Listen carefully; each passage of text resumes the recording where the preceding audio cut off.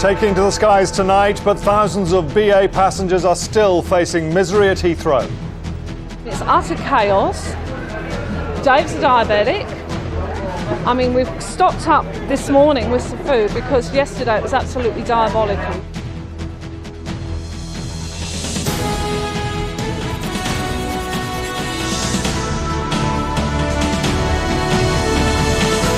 The walkout by check-in and baggage staff may be over, but there's still no deal with BA's striking caterers. Tonight we talk to the workers at the heart of the dispute and ask how long for the airline to recover. Also,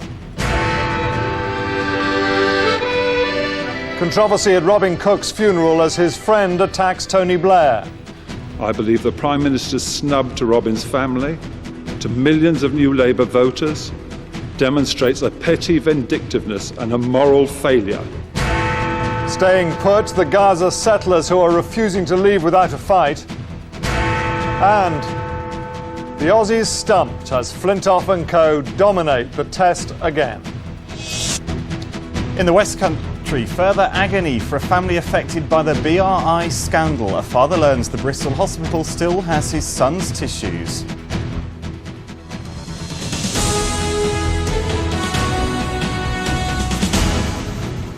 Good evening.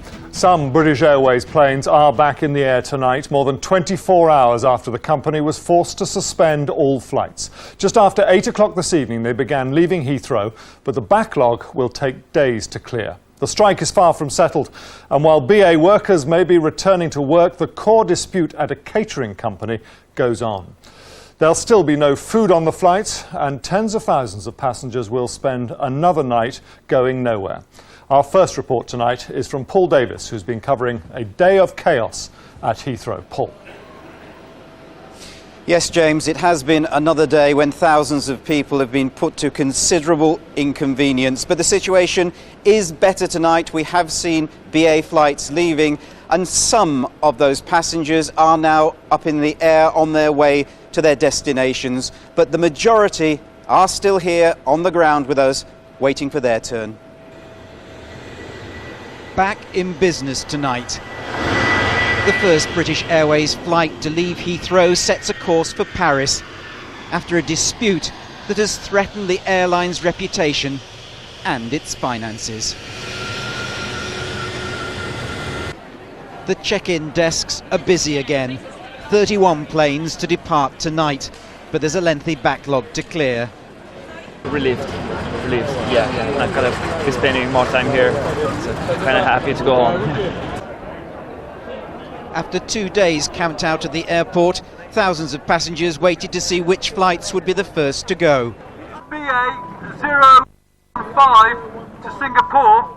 That announcement was made by the police. Finally, there is movement, but the passengers who are being called now are the lucky few. Most of those who've been delayed could face another 24 or 48 hours before their flights go. For the majority, the wait goes on. There are no flights to Canada, so I guess I'm just going to be here till the morning. Looks like the whole night of waiting before us. For some, it will mean a second successive uncomfortable night at the airport. And while BA and airport staff have done their best to look after them, inevitably tempers have boiled over. It's the largest international airport in the world, so they say, and they can't give you a little bit of information. Anarchy could break out, couldn't it? Any minute. I wish I hadn't left home. It is perhaps ironic that stranded passengers were given what looked like in-flight food, as the dispute that grounded the BA fleet began when baggage handlers walked out in support of workers sacked by the contract company that supplies the airline's meals. For British Airways, it is a bleak story. More than 70,000 passengers at Heathrow have been affected, and it's thought up to 110,000 people worldwide have been disrupted. In total, nearly 700 flights have had to be cancelled, costing the company an estimated £10 million a day. From BA, an unreserved apology to those it has inconvenienced. I've heard many heartbreaking stories over the last 24 hours about people whose travel plans we've ruined, and that is the real sadness of the day. Incredibly, the person who refuses to accept any responsibility for all of this is the man whose company sacked hundreds of catering staff to spark the dispute. The issue is that every August for the last 3 years, British Airways has had some kind of industrial action. It seems to be a recurring theme. They'll probably have another one next August. They need to sort out their labour issues. With comments like that, relationships between BA and this particular supplier can hardly be warm, even though flights have now been resumed. Paul Davis, ITV News, Heathrow. Well, at the heart of the BA crisis is a bitter dispute at its catering firm Gate Gourmet. 600 workers have been sacked after walking out in a row over pay and conditions. Today, the staff held a rally where, as Chris Shipp discovered, they were in no mood to back down. Protesting again today, some of the hundreds of catering workers who were sacked when they went on unofficial strike. The dispute which sparked the chaos at Heathrow. Whole families worked for Gate Gourmet and now have no income, like Parmjit Bains, a catering assistant who was earning £6.21 an hour. She's lost her job, but so has her husband and her brother and her sister-in-law.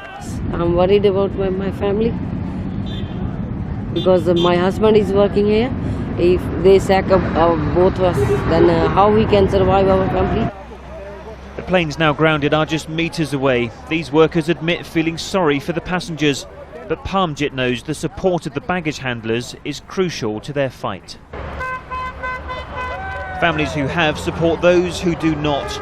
Most of these workers from West London's large Asian community, who make up much of the workforce at Heathrow.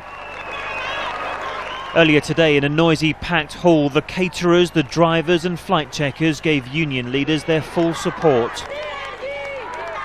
Angered by stories of those on holiday or on maternity leave also getting the sack. But their employer, losing some £25 million a year, insists it has no choice. Are you all right? At home with her 2-year-old daughter, Parmjit Bains and her husband Arjit watched tonight's developments at Heathrow, thankful for the support of the baggage handlers, but like hundreds of other sacked workers, they know their fight gets harder now, particularly with no job and no idea when they'll next get paid. Chris Shipp, ITV News, Heathrow. Well, talks to end that dispute between Gate Gourmet and its staff have been taking place tonight. Harry, any sign of a resolution there? Well, the talks which were taking place in this hotel near to Heathrow broke up a short time ago. The company described the discussions as constructive. The union said they were useful. But behind these bland descriptions, there are some small signs of progress. The union, for example, has agreed to discuss the possibility of reinstating some of the unofficial strikers. That would represent progress simply because up to now they've said flatly that they will not reinstate any of them. They've agreed to meet again here at 10:30 tomorrow morning. Again, under the auspices of ACAS, the conciliation service, it looks like a weekend of tough talking could be ahead. Harry, thank you. Whatever resolution is eventually reached, the implications for British Airways are serious indeed. So how did BA end up in a dispute this damaging, and what might it cost them to get out of it? Our business correspondent Lauren Taylor is here with tonight's briefing. James, industrial relations has been the issue that's haunted British Airways for many years, and the fact that the dispute began with a supplier doesn't change that. BA's relations with staff have been strained ever since 2001, when a combination of the September the 11th attacks and cutthroat competition saw them shed thousands of jobs. Then, 2 years ago, a series of unofficial strikes brought chaos and cost BA £40 million. Strikes were only narrowly averted last year when a pay deal was secured with ground staff. Many believe the roots of this dispute were sown then, with ongoing bad feeling between the two sides. Last Wednesday, Gate Gourmet, which supplies catering services to BA, sacked more than 600 of its staff. Then yesterday, more than 1,000 BA baggage handlers and other ground staff walked out in sympathy. Tonight, they are back at work, but the damage to British Airways' reputation has been done, and there's a financial cost as well. Industry experts estimate the dispute overall will cost the company about £40 million. That's 1/8 of its forecast profits for the year. The fact that so much disruption could have been caused by a small number of baggage handlers walking out illegally is a problem the company will have to solve. One former insider says BA can't afford to be held to ransom. It seems insane that such a few amount of people can cause this kind of chaos. And in a sense, they've not only just let BA down, they've also let their own colleagues down, because BA over the past year, all staff have put in an awful lot of work to deliver what was one of the best financial performances of any airline this year. And in a way, a lot of that has now been taken away in less than 48 hours. A few more staff would be nice. These adverts have a hollow ring now. They were designed to portray BA as a better quality alternative to no-frills airlines. This latest disruption is a PR disaster, which will be expensive to mend. They need to show that they understand passengers' frustration and anger at having so many holidays ruined, and they need to set about some compensation, because customers are not going to forgive this in a hurry and are likely to spread their nightmare stories to other people who will desert BA in droves. So a dispute that began outside BA is going to end up costing them a fortune. The company may decide to take legal action to recover some of that money, but the more difficult task may well be restoring passenger confidence in the airline. James. Lauren Taylor there, and we'll have the latest on the dispute and advice for travellers a little later in the programme. To other news now, and he was, according to the Chancellor, the greatest parliamentarian of his generation. Today, Robin Cook, the former Foreign Secretary who died suddenly at the weekend, was laid to rest. The talking point at his funeral, though, was an outburst by his friend, the racing pundit John McCririck. He accused the Prime Minister of petty vindictiveness and moral failure for not turning up. From Edinburgh, Martin Geisler reports. This was a service designed to celebrate Robin Cook's life as well as mourn his passing. Given the dignitaries who attended and the crowds who lined the streets, it had the feel of a state occasion. Gordon Brown delivered the eulogy, mourning the sudden and untimely death of a master parliamentarian. The forensic skills, the irrefutable logic, the devastating wit, the telling phrase that made people see things in a way they had not seen them before. These were the qualities he manifested consistently and brilliantly in stunning performance after stunning performance throughout the more than 3 decades. For all of us who watched, a 30-year-long masterclass. Aside from politics, Mr Cook's other great passions were represented today. Horse racing pundit John McCririck provided colour and controversy in equal measure. He delivered one astonishing outburst against the Prime Minister's decision not to break his holiday for this funeral. His words clearly left some feeling deeply uncomfortable. I believe the Prime Minister's snub to Robin's family, to millions of new Labour voters, demonstrates a petty vindictiveness and a moral failure, opting to continue snorkelling instead of doing his duty. Those who knew Mr Cook best say that is not what he would have wanted. It would not have gone down well with Robin and has not gone down well with the family. Are you sorry that he did it personally? Is he sorry that he did it? Do you think, have you had a chance to speak to him? I think John is John. I love him dearly, and I think when he goes to bed tonight he will reflect and think that's not the cleverest thing he's done. After the service, Mr Cook was buried at a private ceremony. He leaves, it was said, a gap which can never properly be filled. Martin Geisler, ITV News, Edinburgh. The government made good its promise today to stop a hardline Muslim cleric from returning to Britain. Syrian-born Omar Bakri Mohammed left Britain for Lebanon last weekend, saying he was going on holiday. This afternoon, the Home Office barred his re-entry as part of a crackdown on Islamic preachers who promote violence. We're consulting on the broadening of the Home Secretary's powers to look at people who pose an indirect threat. Now, the decision's been taken that we can do this in relation to Mr Bakri on the existing powers, and that's the basis on which the decision has been made. More Jewish settlers left their homes in the Gaza Strip today ahead of the Israeli government's deadline for the pullout next week. It's a hugely controversial policy, and many settlers have chosen to stay until the bitter end, stocking up on emergency supplies. The withdrawal involves removing some 8,000 settlers from 21 enclaves throughout the Gaza Strip, which will be handed back to the Palestinians. From Gaza, our Middle East correspondent Julian Mannion reports. As disengagement gets closer, tempers are getting frayed. In the Gan-Or settlement, removal men found themselves confronting furious settlers. Some were angry because the removal men were there, others because the removal company was overbooked and couldn't handle any more customers. In the largest settlement of Nevi Dekalim, one family was removing the plants from their garden prior to departure. A departure they didn't want to talk about with us. But just 2 doors down, another family is determined to try to stay put. Celia Gold, who was born in Britain, spent this afternoon preparing what may be the last Sabbath dinner her family ever eats in Gaza. But she's still hoping that it won't come to that.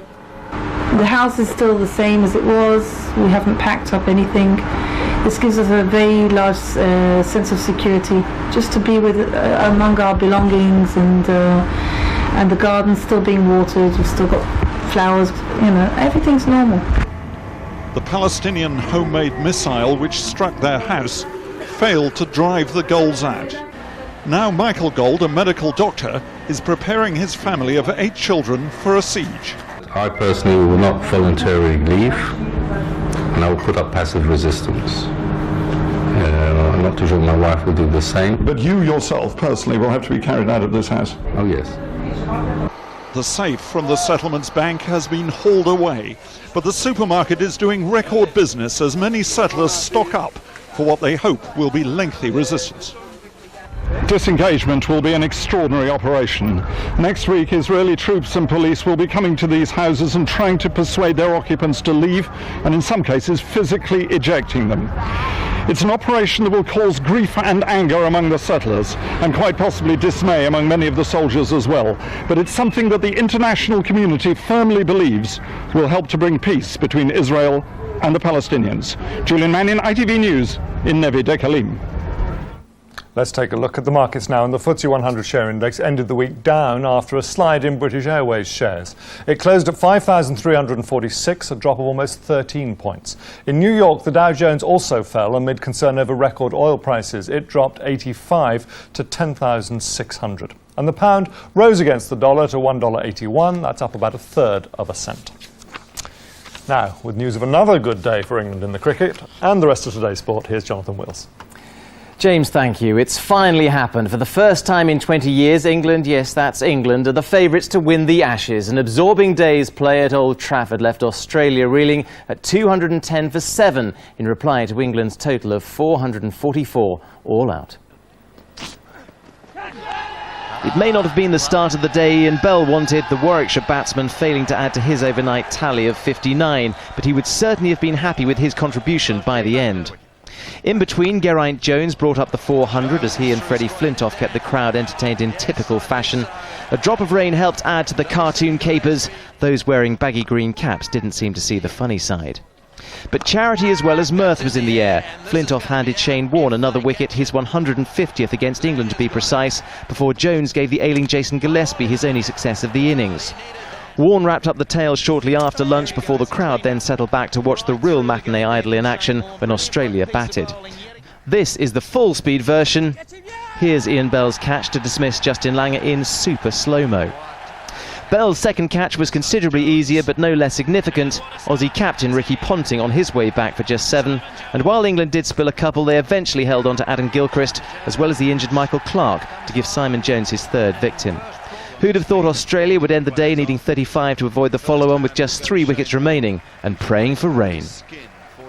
Now, it's been away less than 3 months, but tomorrow the Premiership kicks off once again. The prize for the winners, this small trophy here. Now, after spending more of Roman Abramovich's millions over the summer, champions Chelsea are odds-on favourites to lift it once again and are up against newcomers Wigan in the first game, who have spent significantly less. Here's Damon Green.